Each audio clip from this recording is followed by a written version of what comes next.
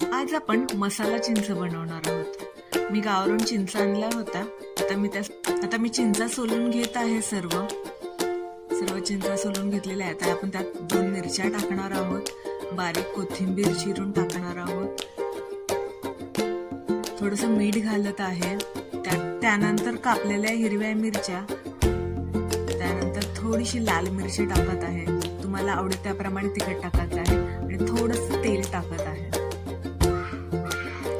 आणि कोथिंबीर टाकलेली आहे। हे सर्व मी चांगल्या प्रकारे मिक्स करून घेत आहे। मीठ आणि मिरची पूर्ण चिंचेला लागली पाहिजे। आता मी सर्व करत आहे। एका वाटीमध्ये चिंच काढून घेतलेली आहे।